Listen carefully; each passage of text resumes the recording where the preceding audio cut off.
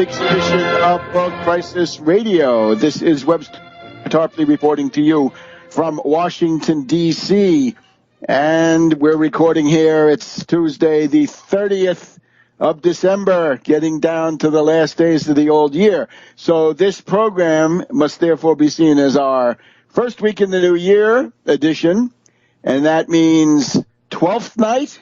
I believe that's January 5th, and our edition for Epiphany, the 6th of January. And, of course, Epiphany is what we always aim at here, right? Every week of the year, we try to provide some striking, sudden realization of an important truth where you get to see into the essence of things. And that's our approach, and we hope to provide something this time.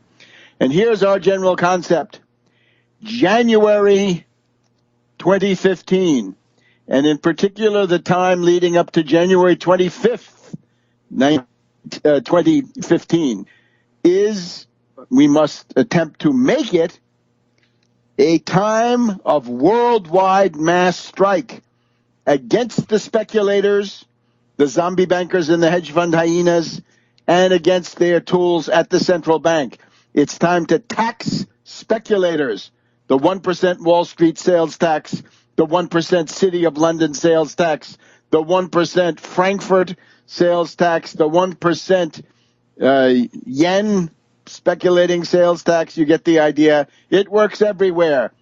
Cut the power of the finance oligarchs, the parasites, the usurers, and so forth, and restore a level playing field between physical production and financial speculation, right? And essentially dry out the derivatives plague by slapping a nice 1% tax on all derivatives transactions. Right? As we pointed out last week, the Washington Post has estimated that there's about $300 billion too much going into Wall Street. That's probably about the take of a 1% Wall Street sales tax, at least initially. And then you see where it goes. So the mass strike, and you'll remember, as of June 2013, not this past year, 2014, but in June 2013, I was at the Left Forum in New York City, and I put out the perspective that there would be mass strike developments coming in 2014, 2015 in particular, on the model of the 1930s. That was the template we were working with. So now we see it's likely to happen.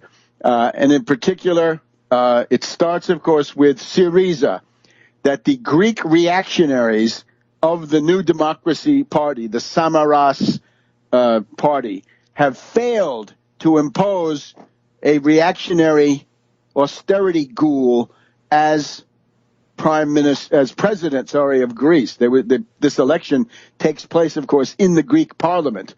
It's on that kind of a model, but they have failed. They have not been able to get 180, or now even 160 votes in the Greek parliament. So Greece will now vote, the cradle of civilization, on the 25th of January. All indications they will be voting for Alexis Tsipras and Syriza. That will already begin to blow the lid off the entire system, because Syriza, of course, is anti-austerity. It is anti-Troika, that is to say, anti-IMF, anti-European Central Bank, anti-European Commission. That would be, in particular, the new Olli Rehn, Moscovici, Monsieur Moscovici of the European Commission. They're against him. And they demand a renegotiation. It's going to be time for a mohawk. It's going to be time for a haircut on the creditors of Greece. They're going to get slashed 1/2. And if they get away with 1/2, they're going to be very lucky. I would do much worse. I would delete and shred all derivatives. I would wipe them out and not even discuss them. So Greece is obviously one element. And then we have Belarus, and of course behind Belarus, Russia. And somewhere in the mix, Venezuela is teetering on the edge of default. So Greece, a new anti-austerity government, the political challenge. Belarus, capital controls, exchange controls being implemented. And there are even signs that Russia is going down the same path. And therefore Russia. Venezuela, the oligarchs are licking their chops. They think they're going to be able to loot the Citgo, the old cities service Citgo gasoline system, which gives free heating oil with the help of one of the Kennedy clan, as you've seen on TV, quite likely. So this is all adding up. We've got a contraction going on in the world. The price of oil continues to fall. As of today, West Texas Intermediate, $53.41. It's below $54. That's quite significant. That, of course, is dragging down the Russian ruble. The Russian ruble oscillated today, the 30th of December, last full trading day of the old year, between 58.92 to a dollar and 54.90 to a dollar. That's the Russian ruble exchange rate. And yesterday, of course, the 29th, the Russian ruble had a 7% fall. So the speculative attack by the Anglo-American zombie bankers, London and Wall Street, on the Russian ruble and the Belarus ruble and other currencies is continuing, even as the world economy continues to contract. The big news on that front, oil, you've just heard it, oil well below $54 a barrel. Copper has now broken through some of its support levels. Copper is now headed down, down, down. And, of course, copper is a direct indication of how much building construction and other stuff is going on, especially in China, because copper is for wires. You want to build a building, you got to have copper wiring most likely, and copper is now not in demand. Iron ore remains at a long-term low. So lots and lots of raw materials, not necessarily all, but many of the most basic ones continue to go down. Inflation is not the issue anymore. Don't tell the libertarians, don't tell the Poltards, because they think that hyperinflation is always right around the corner. What we seem to be seeing now is the beginning, or the continuation, it's not just beginning, of a phase of deflation, or disinflation, as they say, when they don't want to scare you. So let's look at Belarus now. Maybe we can come back to Greece in just a minute. And certainly we will. But Belarus, I think, is very newsworthy. This is a whole country to get to know, right? Belarus, hated by the Anglo-Americans, hated by Hillary Clinton, by Kerry. They call Lukashenko the last dictator in Europe. Well, bring it on. He is going to defend this country better than some neoliberal mushhead who would come in with IMF shock therapy and so forth. And I have proof of that here in just a minute. Lukashenko, as you know, last week, he imposed a 30% fee, a 30% tax, if you will. You want to export capital out of Belarus? You want to change Belarus rubles into dollars, pounds, euros, yen? Wonderful. Pay a 30% tax. So that's one. And if you have money coming in, if you're an exporter, you've got to change half of that into Belarus rubles.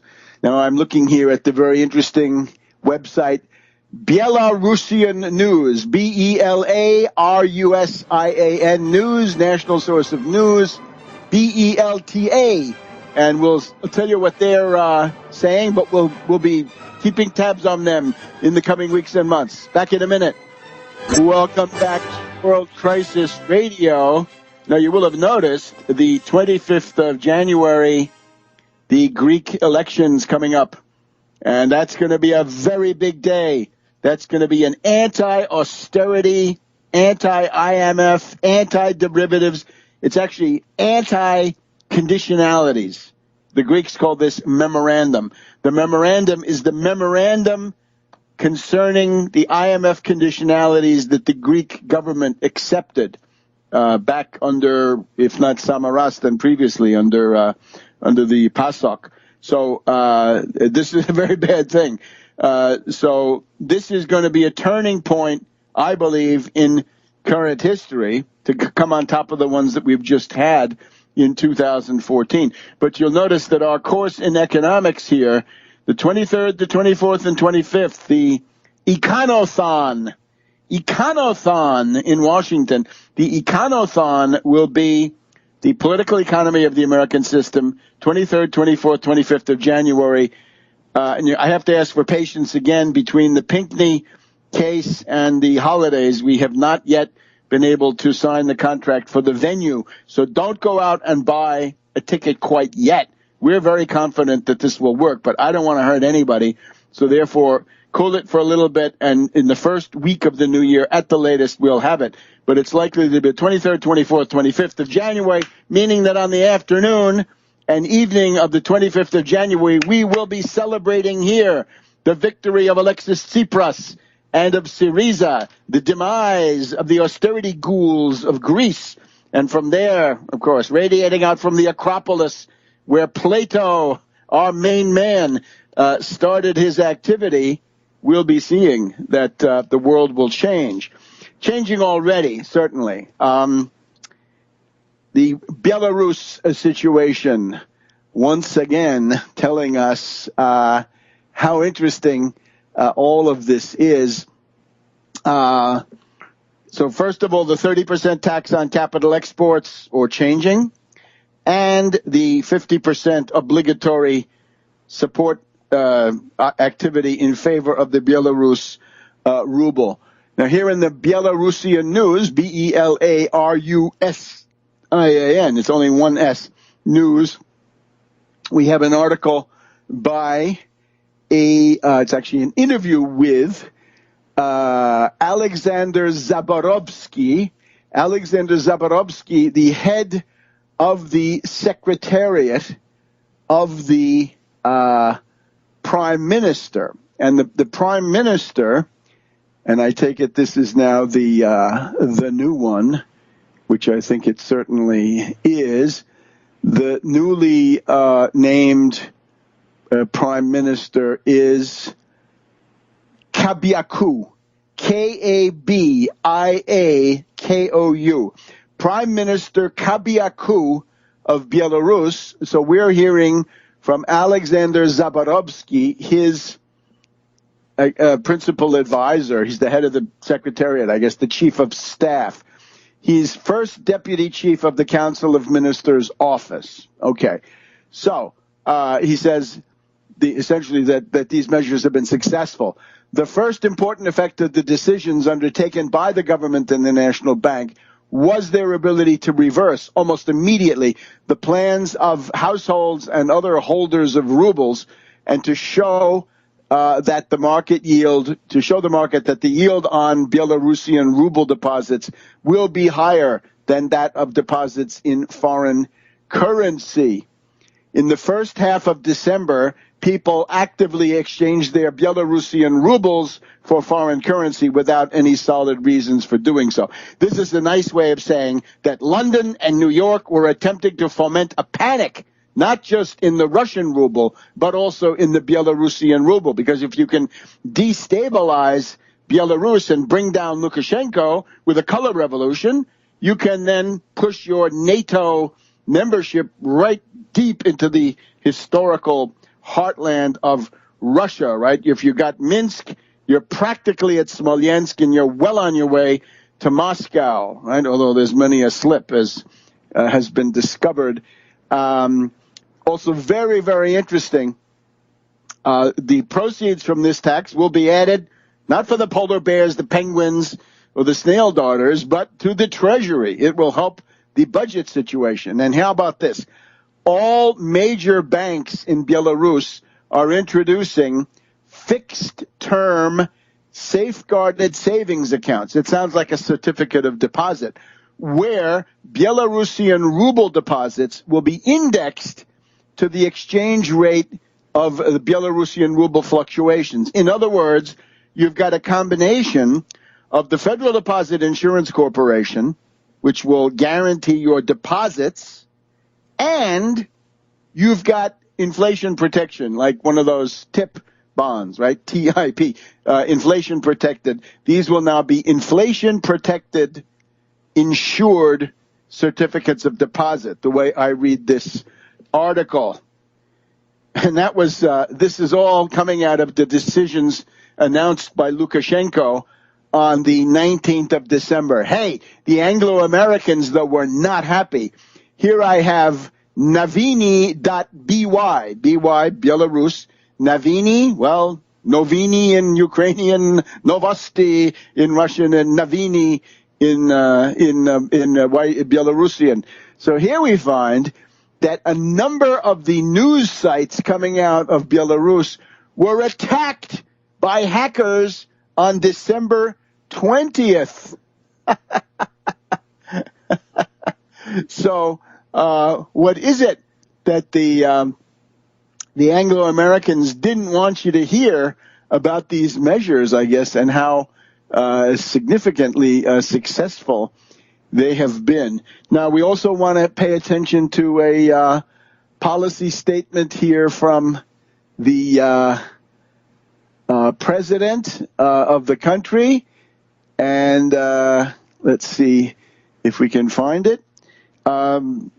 Lukashenko says there must be no hoarding of foreign currencies, dollars, euros, pounds, yen. No hoarding of foreign currencies. He repeats that there is a state guarantee on deposits, that the wealth of the country is the economic strength of the country is located in its wealth and in its currency and in its reserves. Fine.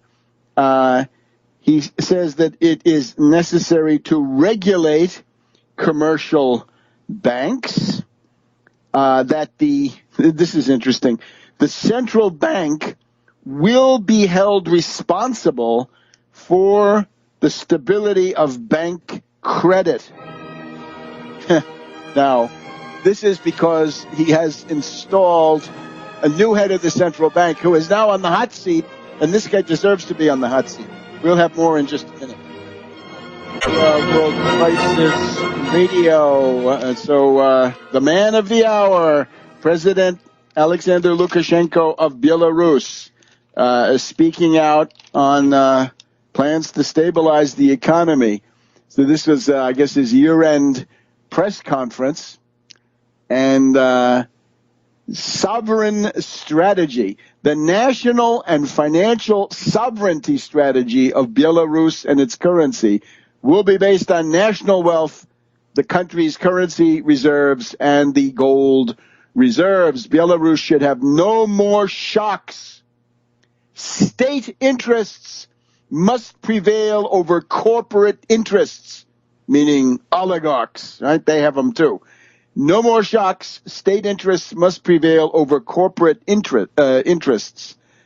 And we want to be less dependent on other currencies. In other words, not simply in the orbit of the Federal Reserve, which even Russia continues to be. Credit has to be used for vitally important projects and to actuate existing business plans. He calls for the reducing of the dollarization of the economy. And again, if you have dollars, if they're coming in, you've got to sell half of them as soon as you get them. We need real efficient measures that will yield concrete results in the growth of deposits and credits in the national currencies. Among other interesting quotes, banks must support the state and not vice versa. Right on. Not the banks for the banks, but the banks for a national interest, which the government is better situated to judge than they are.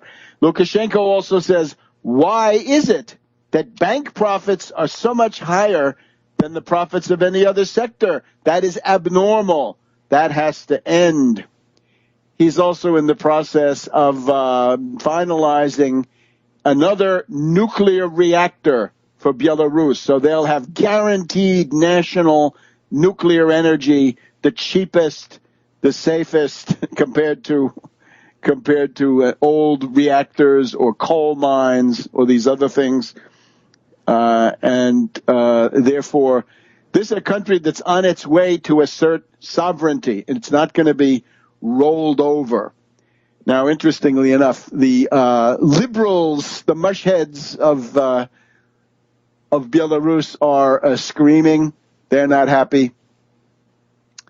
They are complaining that, of course, he purged the Lukashenko purged the cabinet last on the 19th when he started this whole thing, and here is a neoliberal from inside it. This is called Belarus Digest. This is Brand X, right? These are the bad guys, and here we have Lukashenko reshuffles the government before 2015 election. So they try to say, this is not really economic. This is just that there's going to be a presidential election, and he always scapegoats the people by throwing them out in the year before the election. On 19th of December, the authorities had to make several urgent moves to prevent panic on the foreign currency exchange market following the dramatic slide of the Russian ruble. Lukashenko explicitly prohibited the devaluation of the Belarusian ruble, but demanded some measures to protect hard currency reserves. Now, here's some of these people move from one area to another, but the most interesting, Andrei Kabyaku, we mentioned him, previously the head of the presidential administration, I guess it means chief of staff of the executive office of Lukashenko, has replaced Myasnikovich as prime minister. Kabyaku has extensive government experience, deputy prime minister 2000 to 2010, worked on the State Control Committee, Minister of Economics, deputy head of the presidential administration, ambassador to Russia, well connected in the Kremlin. Good. Now, these neoliberals that we see here, and here they start complaining. You have to pay attention if you want to understand the logic of the state apparatus in Belarus and the principles that govern it. The whole system works to guarantee the stability and security of the president's rule. Well, fine. Better that than Libya, wouldn't you say? And here we see the economic line that these neoliberals here want. This is actually the policy director of the Discussion and Analytical Society Liberal Club of Minsk. So this is the whining coming from the Liberal Club of Minsk. The new people, he says, with one exception, they represent the same views that have dominated Belarusian policy making over the last 2 decades. Massive state property, that is a well-developed state sector. No problem, good thing, especially under these conditions. Government control over the economy, well, dirigism. Administrative measures over market tools under crisis conditions, of course. Pushing for as little reform as possible. Well, reform, of course, means, here's what he means by reform. Nothing appears to indicate that Lukashenko will allow the new government to launch structural reforms that international institutions like the International Monetary Fund or the European Bank for Reconstruction and Development, EBRD, that was supposed to be to renovate Eastern Europe after the fall of the communist regimes. So you can see that there is a neoliberal opposition here in Minsk. Nobody escapes the presence of these characters, but it is a highly, highly interesting thing. So we're watching all of this with great interest, and above all, to what extent it's being followed or it's coordinated or otherwise tells us things about what's going on in Russia. Now let's take a look at this. According to Reuters, On the 23rd of December, Christmas Eve, I didn't get to this in time for the previous broadcast. I hadn't seen it.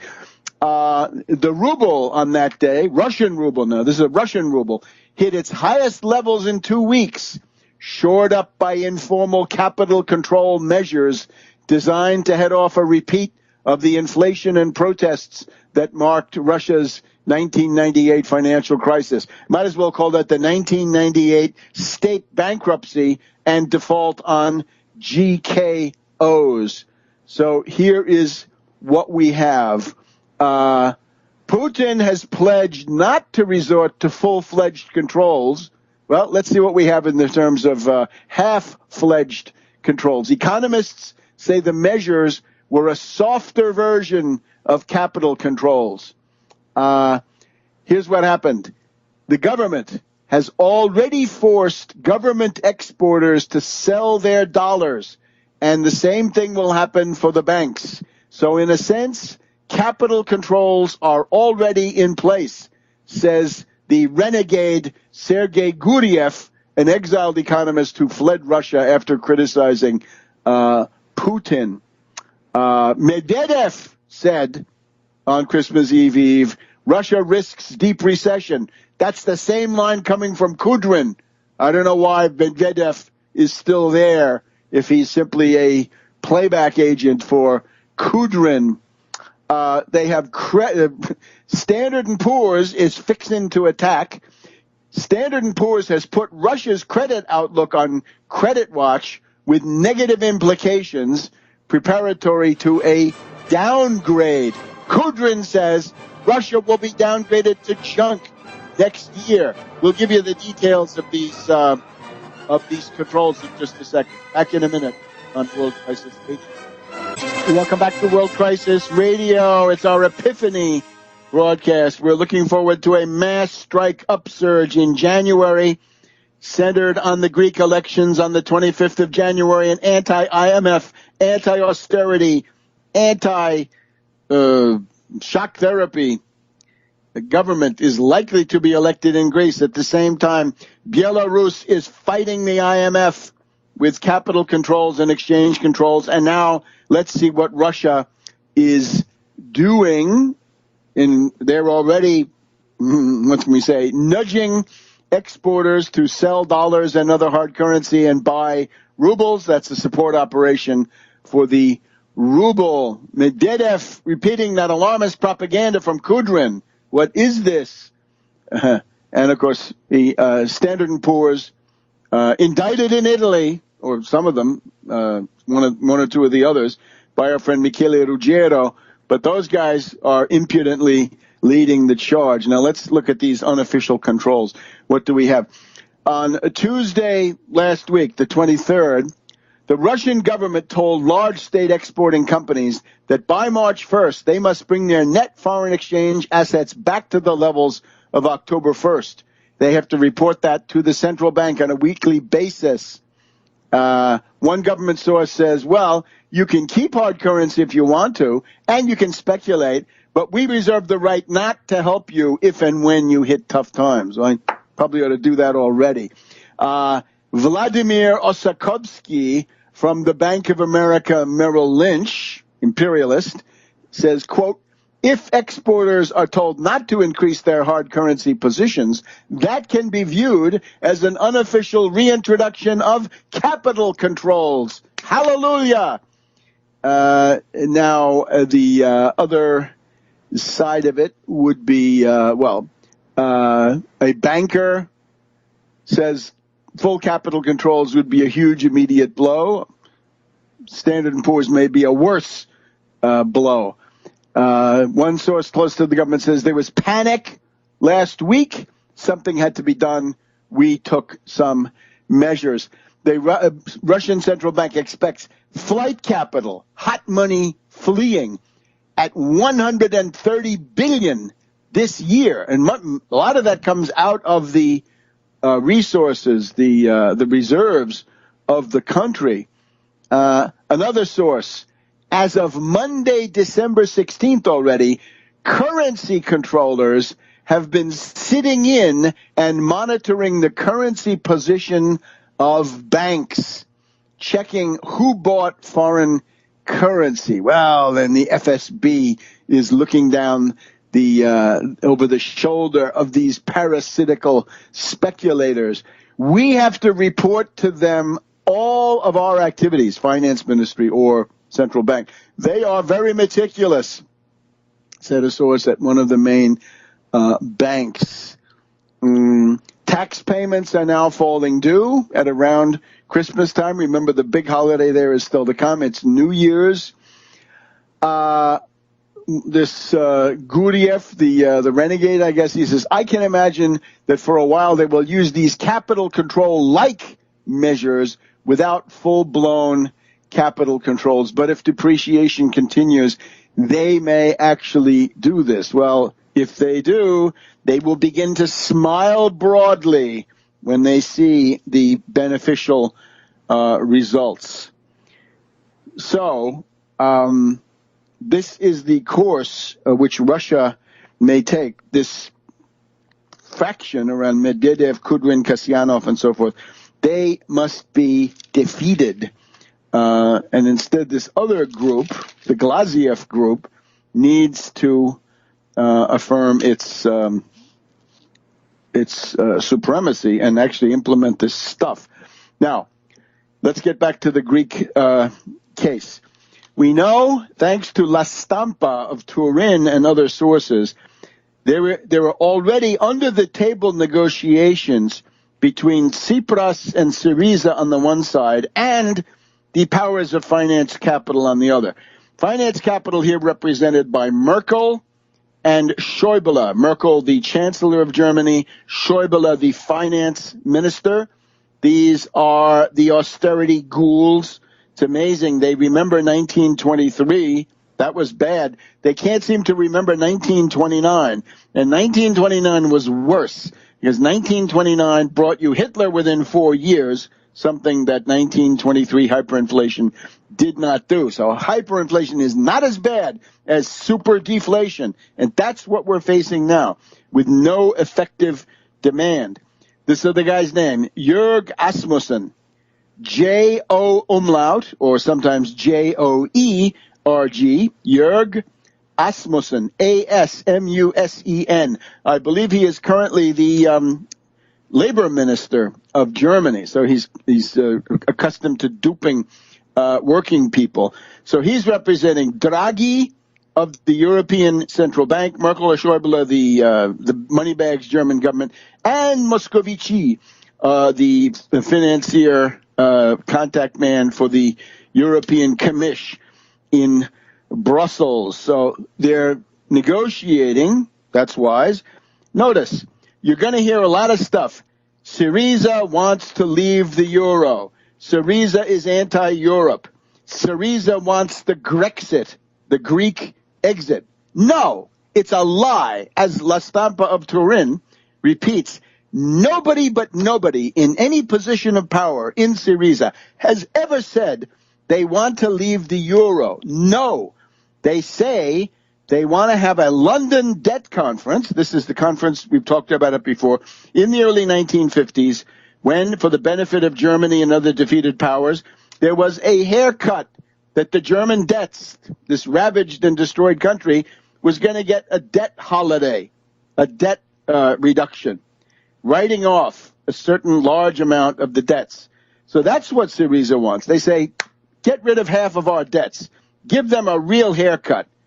And I would say, again, you should shed the derivatives before you do anything else, because that's the main source. So anybody who says that this is about the breakup of the euro is a liar, most likely on the British payroll, because, of course, the biggest enemy of the euro is the pound, the city of London. Anybody can see that. But, of course, our stupid libertarians, right, our cretinous anti-euro, of course, they're the horsemen of the apocalypse with 666. What a lot of malarkey. A lot of this stuff, again, is fomented by the British or by the dollar, of course, by the Federal Reserve. But it's simply nonsense. Now there's a very important point, because Syriza, always adamant, they want to stay in the euro and reform from the inside. The people who want to quit the euro are the right-wing racist reactionaries, people like Alternatives for Germany. In the last European election, the whole campaign of the Alternatives to Germany was kick out the Wogs, right? Kick out the Greeks, right? German term, Kanaken. So kick out the Southerners, kick out the Southeasterners even more, Greece, I guess. Kick out the Balkan peoples and get back to Europe. Well, that's ridiculous. So, again, the people who want to quit the euro are the reactionaries, right? They're the fakers. And there's also going to be an attempt to say, well, there's a rising tide of populism in Europe. And it goes from Alternatives for Germany to Marine Le Pen to this Farage garbage, whatever his name is. No. As Tsipras has said, those right-wing populists are not the enemies of the system. They're not alternatives to the system. They are the reserve army of the system. They're the guts of the system defense. So don't mix it up. This is totally different. And I think also to the extent that the Russian foreign ministry has been I guess, or concluding that right-wing racist populists might be somebody they can work with, they're going to see, no, you're going to be dragged back by an actual government. A Syriza government, Orthodox country, will tend to drag Russia back from this idiotic flirtation with Le Pen and these Farage and so forth. Back in a minute on this video. Welcome to the second hour of World Crisis Radio. It is once again our 12th night edition and Epiphany coming up, the 6th of January. And we're looking forward to a world mass strike, triggered in particular by the victory of Syriza and Tsipras in Greece on the 25th of January. Some of you may be here taking that course we mentioned. You will be hearing about that. But that's the idea. But, of course, a mass strike solves nothing. Leadership is needed. Who's going to intervene? Who's going to provide a program? Who's going to push aside the mushheads, the Occupy freaks who say, no, we don't want to have a program because we might win our demands and get co-opted.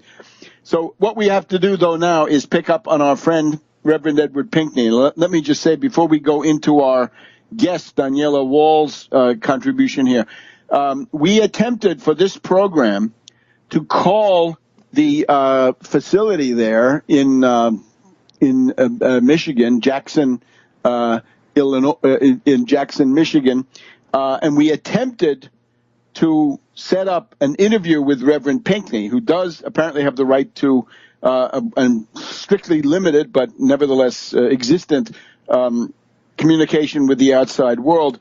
We talked, or better yet, Genesis Communications Network, and I thank them for this, Genesis Communications Network, in the form of the distinguished producer of this show, talked to the warden, attempted to explain the problem of a radio station, which has to have a schedule, and couldn't Reverend Pinkney please be available at a specific time tonight? Oh, no, said the warden, we can't just set up a time like that. You sort of have to leave it open. It sounds like they expect that if Pinkney gets the call, that we have to be ready to answer him just about at any time, which we will try to do. But you can see what the difficulties are. It's obvious an attempt to sabotage the connections of the communications of Reverend Pinkney with the outside world. But we have, fortunately, Daniela Walls, who has talked with Reverend Pinkney quite a few times, I think more than anybody except for his wife, in the time that Pinkney has been incarcerated. So let's go to Daniela and get an update. Welcome, Daniela. Hi, Webster. That's a real shame that you couldn't get through to Pinkney, because more than anything, he wants to be on your show, and I know he was looking forward to that. If they're not going to make an appointment with you, then that means that he can only call out one call a day between 3 and 10 minutes. So I don't know how we're going to work this out, but I'm going to speak for him today. So let's get into this. Now's the time we should be most active, and I stress the need for international action to publicize this case more than we ever have. Now is the time to fight. If you believe that on December 15th, Pinkney's case was decided or the sentence was final, it is not. If you find yourself somehow in a place of mourning instead of fighting, then you are misguided right now. Pinkney's final sentence is not until January 15th. So now is the time to fight. Governments should protest to the United States, call in their U.S. ambassador and say, we protest what you are doing. You are violating the Helsinki Accords of 1975. You are violating the OSCE civil rights provisions. Reverend Pinkney is on the United Nations radar. He met with the United Nations, if you remember, their officials a few months back. Reverend Pinkney is an internationally recognized spokesperson for this Michigan anti-austerity movement. At this time, we must make sure that the name of Berrien County is never idle on Google, even for a day. This is the same for Twitter, for hashtag Berrien County, hashtag Michigan, and hashtag Free Pinkney. No matter where you are or how small your town is, I guarantee you that there is a radical journalist in your area who wants to write an article about Reverend Pinkney.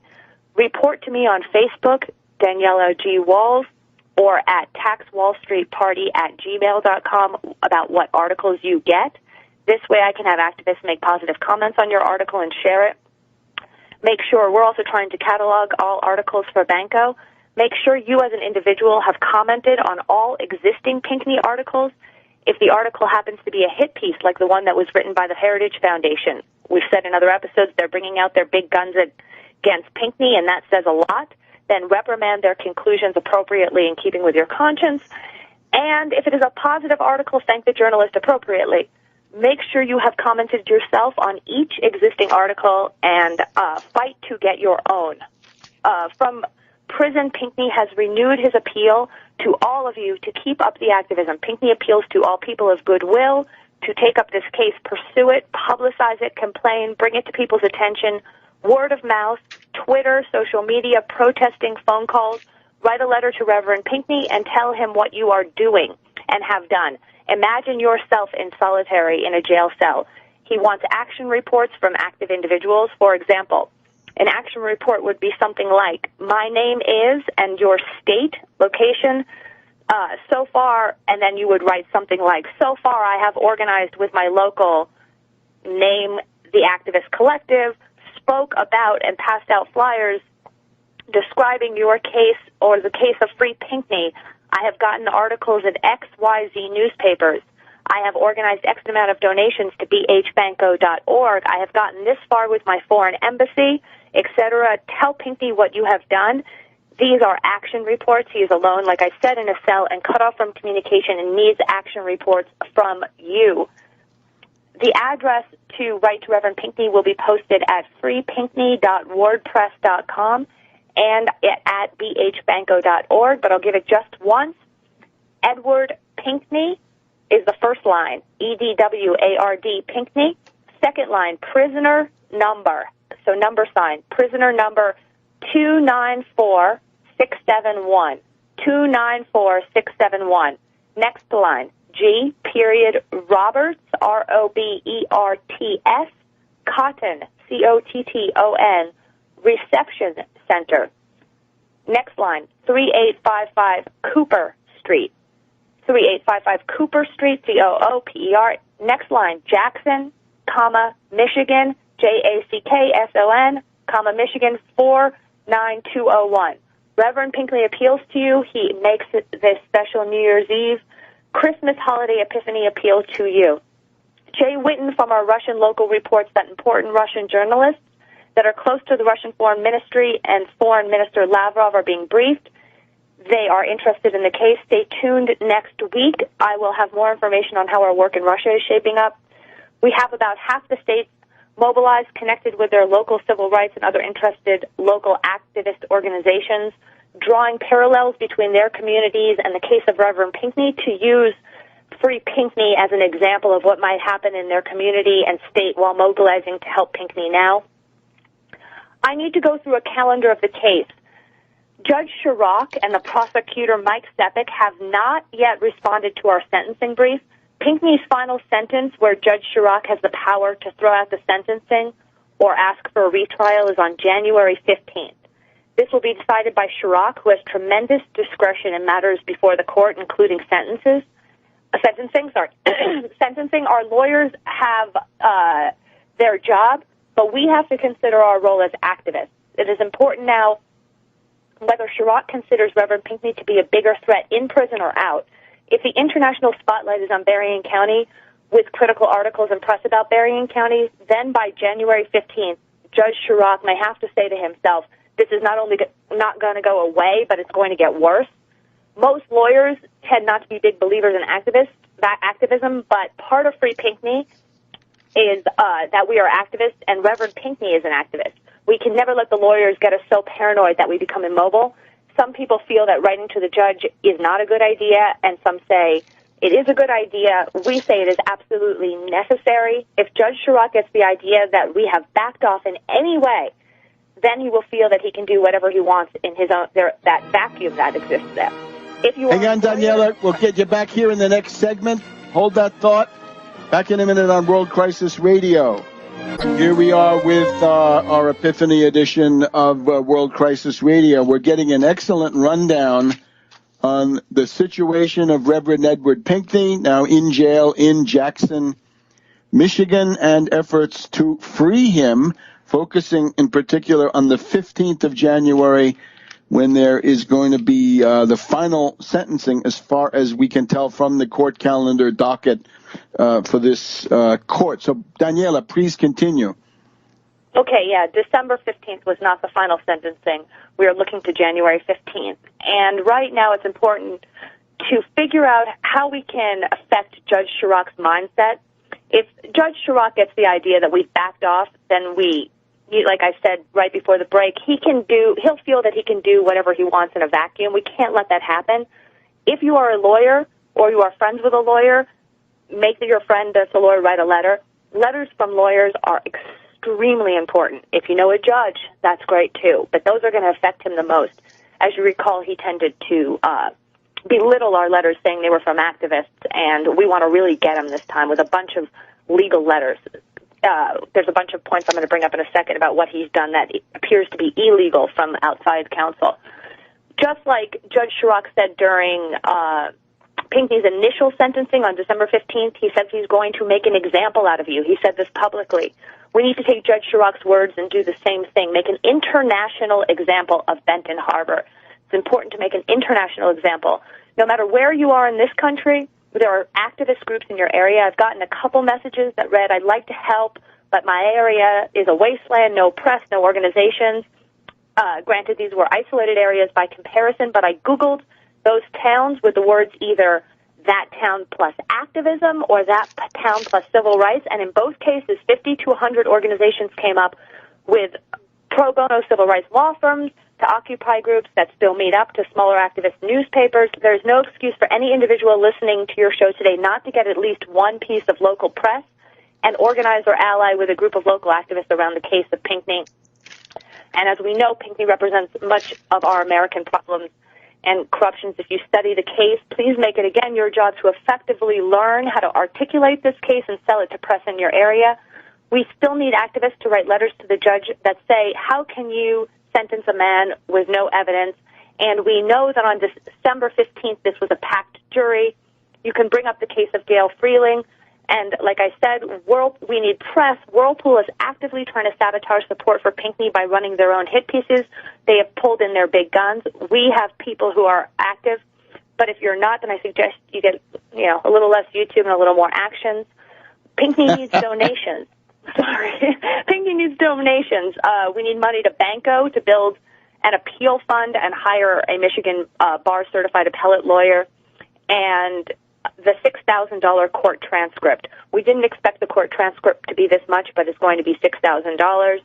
So our current goal at bhbanco.org is $20,000. But this can be done because it's not just our organization. There's a lot of organizations mobilized, including Banco. And it's your job to try to get donations from civil rights organizations in your area. Even if it's $5 from each person, bundle that. Bundling is the key. And get that money to Banco. And then write a letter to Reverend Pinkney and say, I've bundled this much money and I've organized with this group. I need to interrupt you for a second, Webster, to let everybody know that there's going to be a class. You might have covered this, but I just want to cover it from our Tax Wall Street Party. We are hoping for the weekend of Friday the 23rd of January, Saturday the 24th, and Sunday the 25th, because people are preparing to book tickets. So stay tuned to Webster's Twitter for the final date and venue address, and we will also post it on all of our party Twitters, Facebook pages, and maybe you could post it on tarpley.net. We need to pay for this venue, and I think the time has come, Webster, for party dues. It's been a couple of years, and we haven't asked, and the dues are going to be $20 per person per month. This will cover all the wonderful intelligence that comes from you and action from us, meaning we presented that wildly successful C-SPAN Russian fleets talk, but at that time we had to scramble to come up with the money to pay for the appropriate venue, and now we are behind for money to pay for the location for your class, and there are fees that we need to pay for everything, and instead of scrambling last minute, we've got tons of expenses on our end for Pinkney and just everything. And we're going to need, stuff is going to consistently come up, so we're going to need consistent party dues. This way we can do more and give you more. And to do this, please go to the taxwallstreetparty.org, and on the right side you'll see a PayPal button. You can make a $20 payment, and then you press the recurring monthly button. And this is probably the best investment that you can make pound for pound and head for head. We are doing a lot, and we'd like to do more, but we are unable to do more unless we have some foundation. So please consider making a recurring payment to the Tax Wall Street Party. And we are working on all the I can tell you all the legal work we're doing now if you'd like me to keep going. A brief summary would be good. Let's go to the end of the segment. Okay, so here's a legal brief, and there's going to be some legal language here, but we've asked the judge, and we've been pressuring Berrien County to ask them if it's legal that Pinkney is in prison so far away from counsel before the judge responded to the sentencing brief. The sentence is not final, so why is Pinkney in prison? The final sentencing is scheduled for January 15th. We filed a sentencing brief that said Gail Freeling was friends and work colleagues with members of the prosecution. Gail worked with both Sharon Tyler and Sheriff Paul Bailey. When Reverend Pinkney's jury was seated, each member was asked under oath if they knew anybody on the prosecution. To cover the topic of what it means to know the prosecution, several questions were asked, including things like, do you know any members of the law enforcement community? Gail Freeling, on record and under oath, answered no to each question. She was asked about knowing the prosecution. Then it turns out with a simple Google search that Gail Freeling's work history, she not only worked with the members of the prosecution for many years, she's friends with them on Facebook, etc. She's closely tied to the prosecution. So thus, Gail Freeling has now retained an attorney for herself because of all this, because she lied under oath. And the whole point of what I'm saying is that this information about Gail Freeling makes this a packed jury and is enough to force a retrial, at which point we would insist on taking the trial out of corrupted Berrien County. However, we are assuming that the judge is going to try to dismiss our sentencing case. So what's the second thing we have to do to make him not dismiss our sentencing brief is that we have to make sure that the prosecutor, Mike Stepik's arguments against our sentencing brief and motions related to juror misconduct will be public. Our goal is to make sure that on January 15th, final sentencing, that is public with Reverend Pinkney in attendance with his counsel. Okay, so the sentencing, that's a very important point. The sentencing on January 15th must not be behind closed doors but public. Daniela, we thank you very much. We're looking forward to hearing from you again next week. Thank you very much for an excellent overview. You too. I'll be here. Bye-bye. And Happy New Year. Welcome back to World Crisis Radio. Webster Tarpley here in Washington, D.C. Our 12th night Epiphany New Year's edition. It's just a couple of things left over, loose ends from the previous coverage concerning the Lukashenko reshuffle of the entire Belarus government. We have the interesting fact that Pavel Kalavur, Kalavur, has replaced Nadia Ermakova as the chair of the National Bank. This guy is a banker. 2010 to 2014, headed a commercial bank, was 17 years deputy chairman of the National Bank. Now, when we look at this neoliberal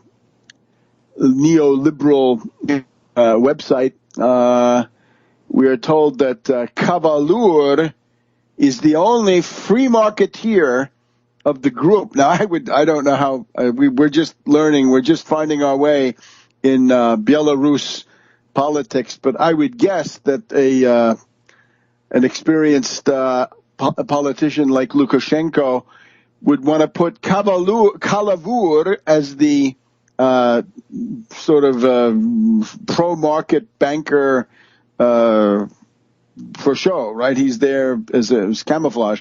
And anything goes wrong, Kalavur will be shown to be responsible. So I don't think that might be something worrisome, but I think Lukashenko, we have to assume he knows very much what he's doing with an extremely sensitive position. The other one is in the Syriza program.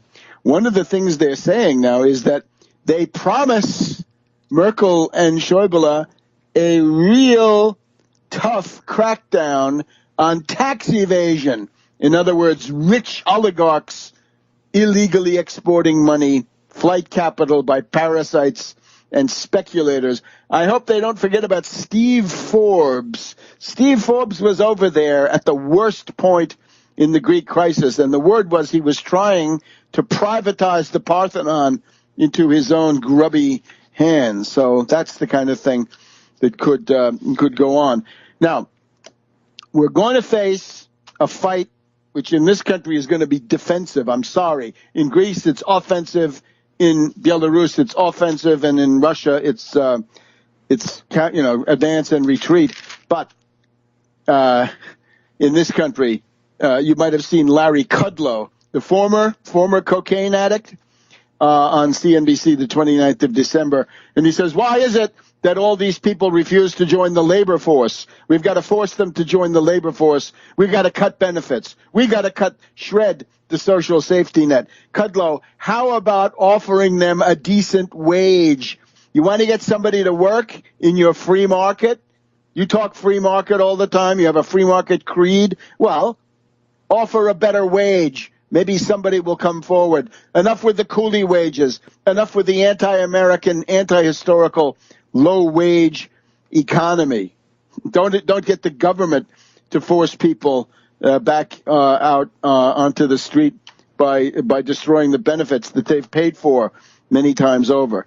And now this is now the Republicans. You can't believe it. This is now a statement by Republican austerity ghouls, and this you want to kick off the new year with a bang.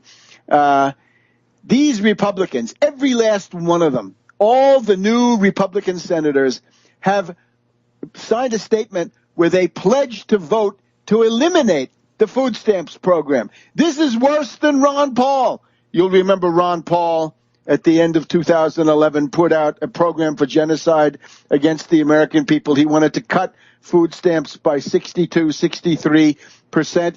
Here it goes, eliminate. So from Pellagra Paul to Genocide Gardner or Joni Ernst.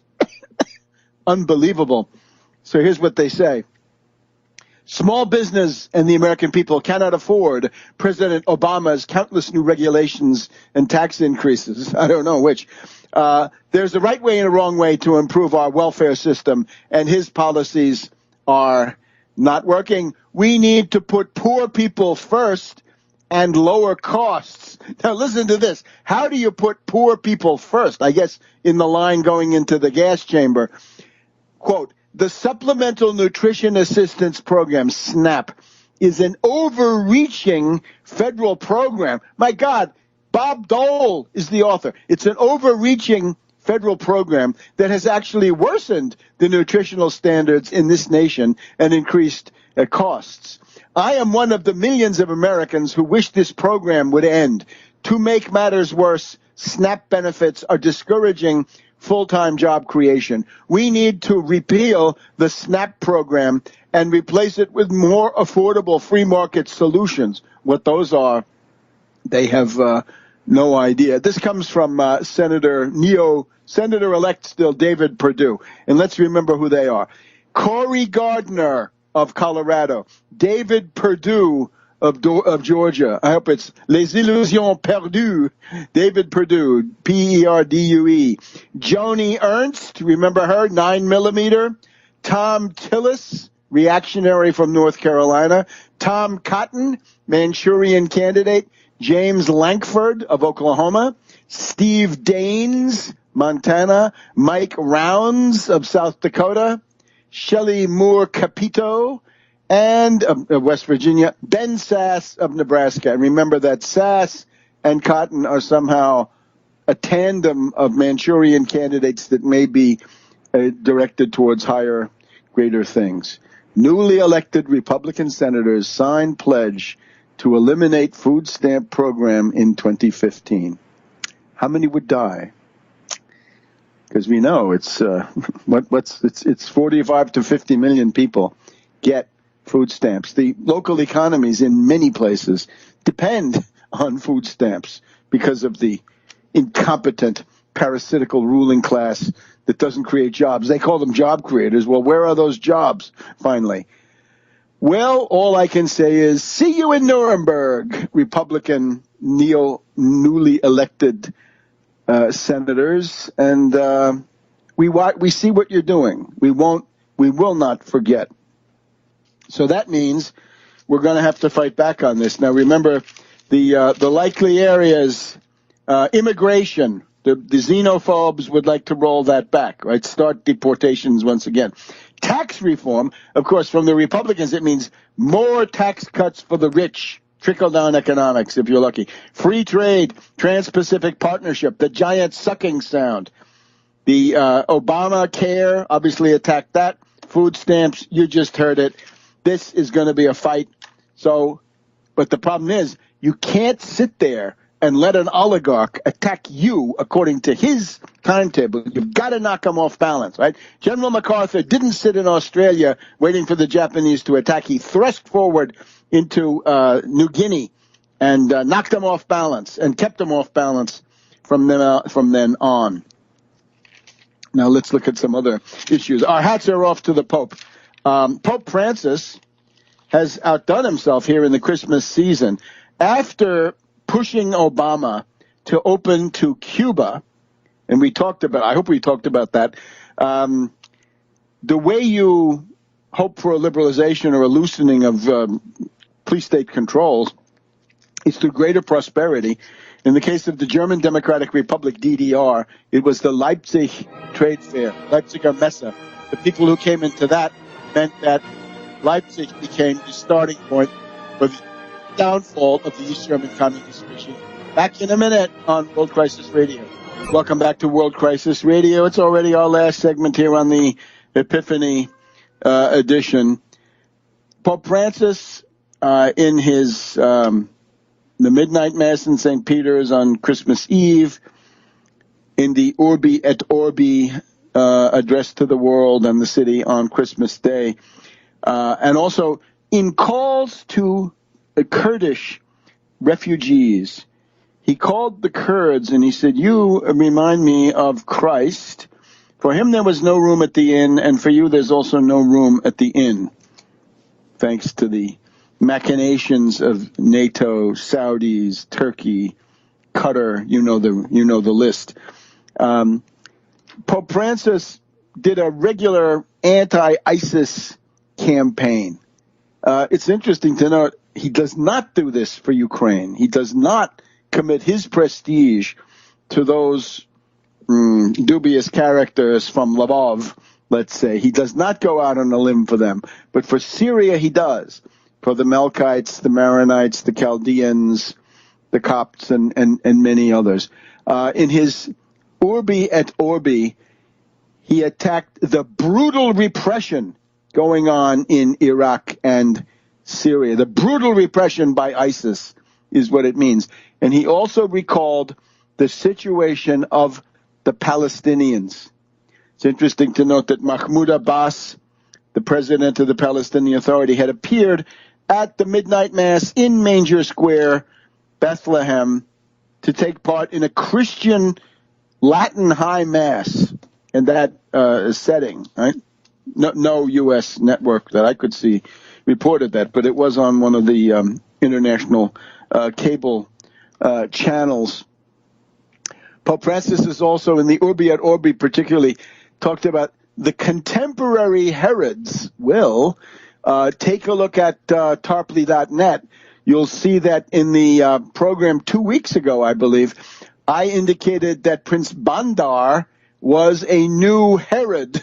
And, and then the Pope talks about the new Herods. So there may be some convergence on that idea. The new Herods, in my opinion, Bandar of Saudi Arabia qualifies as a new Herod. Netanyahu of Israel, a new Herod. Erdogan of Turkey, certainly a new Herod. And ISIS Czar Allen, a super Herod. And these are the people tormenting.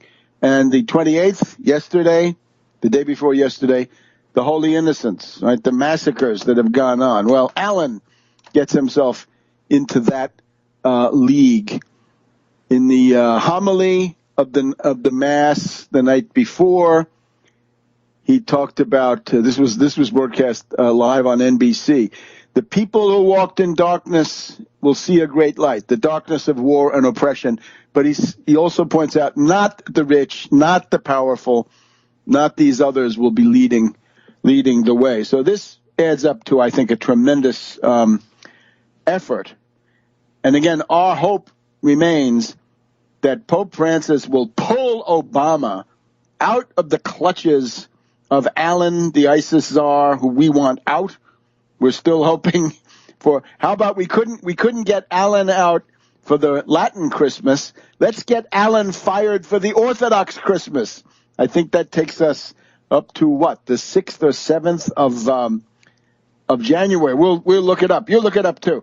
The Orthodox Christmas, the Russian Christmas, the Greek Christmas is going to be at least another week away. And so there's still a chance to fire Allen for Christmas, the new Herod. So that's all going on. And we hope for the best. Now, concerning the stuff with the New York City police, my uncle was a New York City cop. So I'm not against the New York City cops, but here's what I would say. When you have a modern state, you must have civilian supremacy. Civilian supremacy over the armies, military forces, and over the police. Police and army and other military forces must obey the legitimate, legally elected executive. And this turning backs or making public demonstrations of political rancor against de Blasio. De Blasio is a scoundrel. I know that better than anybody, but this is a wrong path. This is Weimarization. Huh? You take a look at the Berlin and Prussian police in the Weimar years, and you'll see that they were politicized completely, and sometimes good, but often also bad. So here's what I would say. I was watching Fox News the other day, and here comes this guy, one of their commentators. He came over from CNBC. Essentially, the argument from Fox News is that de Blasio has lost the confidence of the police and therefore has to resign. My God, do the police elect the mayor? Do the police impeach the mayor? This is monstrous. The police have no ability to elect or impeach or oust a mayor. The mayor is elected by the people. In this case, a fairly substantial majority. Oh, but it was a low turnout. That doesn't matter, Republicans. How about Bush? You never heard that about Bush.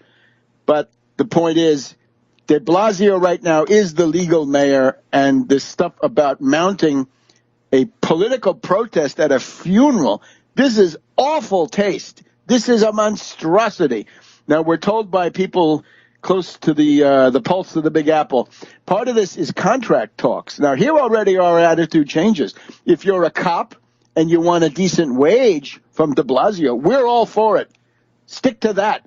Stick to that. Don't mix the contract talks left over from Bloomberg and Giuliani and other union busters. Don't mix that with these tragic shootings. And we're also told that this demagogue Lynch, Pat Lynch, the demagogue who's currently the head of the Patrolmen's Benevolent Association, I'm sorry, this guy has to be out, but he's up for re-election in January, and he's trying to out-demagogue his own right-wing opposition. But you get the idea. Back off and fight your contract battle. You're going to have wide support.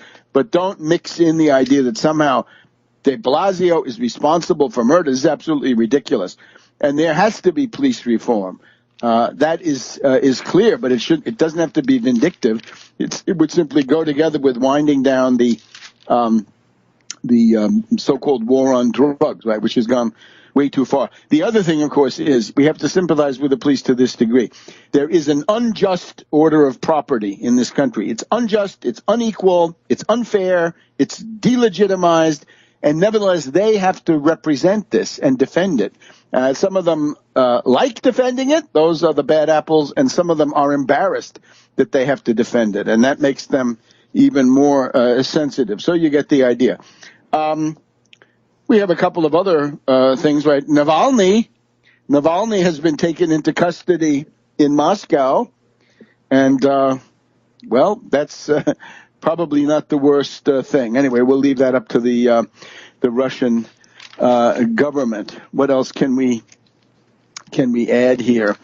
We're going to be looking this year at the possible orientation of U.S. politics of Jeb Bush against Hillary Clinton.